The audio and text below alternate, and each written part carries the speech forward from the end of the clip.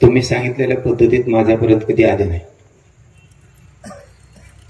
माझा आग्रह मात्र असायचा, मला वाटतं वकील साहेब सुद्धा याला साक्षीदार आहेत, तेवढी एक गोष्ट करू नका म्हणायचं मी, आम्ही तुम्हाला कुठंच कमी नाही पडणार. परंतु आता हो म्हणायचे आणि पुन्हा तसंच व्हायचं.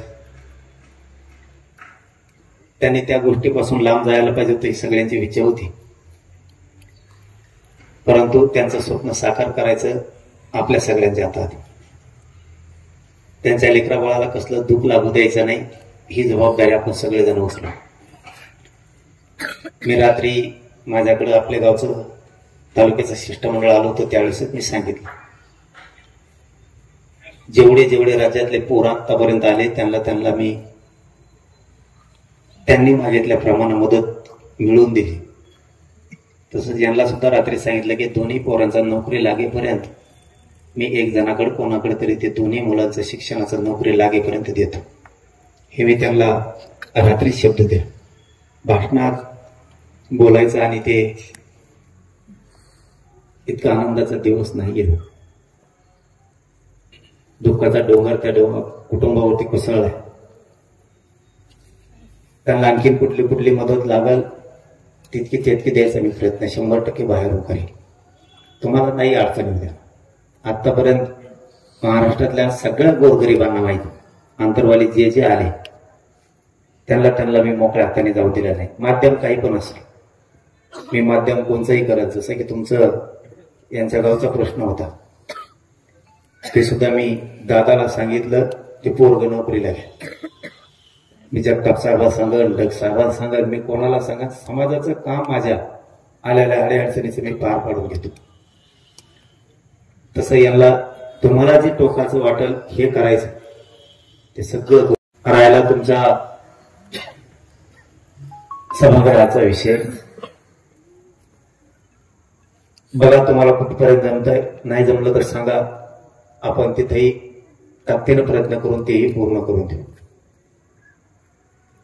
सगळ्याच्या वतीनं सांगतो, त्यांच्या कुटुंबियांनी सांगितलं म्हणून माझं गावकरांना हे करावं लागतं. त्यांना वाटतं की कधी आम्ही आलोत गेलो त्या 5 ताई मला माझा भाऊ दिसावा म्हणून एक पुतळा असा, हे तुम्हाला करावंच लागणार आहे. या ठिकाणी तिथं नकार कोणी आणू नका. त्यांचं म्हणणं आहे कधी रस्त्याने जर आम्ही चालत आमचा भाऊ दिसावा आणि त्या छोट्या छोट्या लेकराला त्यांचा बाप दिसावा, आठवण म्हणून. ही मागणी नाहीये, ही भावना आहे त्यांची.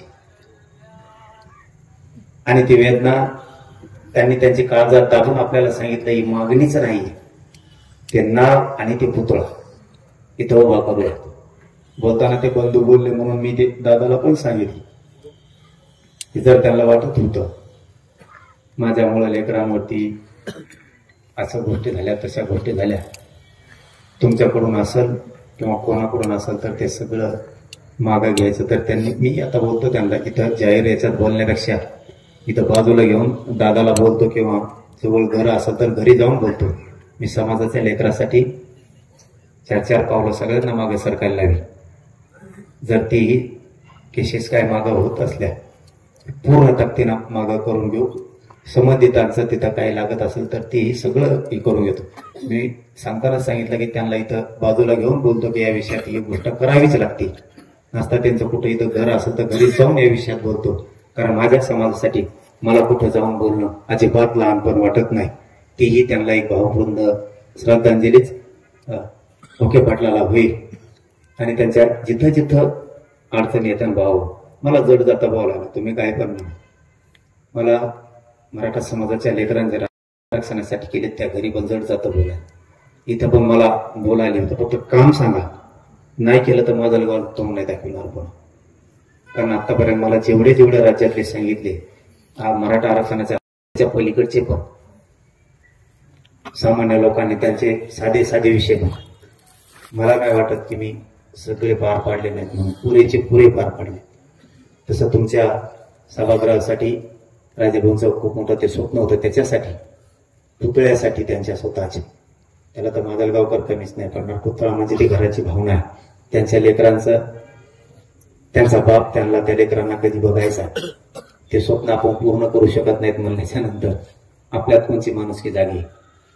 आणि बाकीचे काय काय विषय असतील मदतीचे पण, ते पण करायला तयार आहेत. आणि मला वाटत नाही की माजलगाव कमी पडत.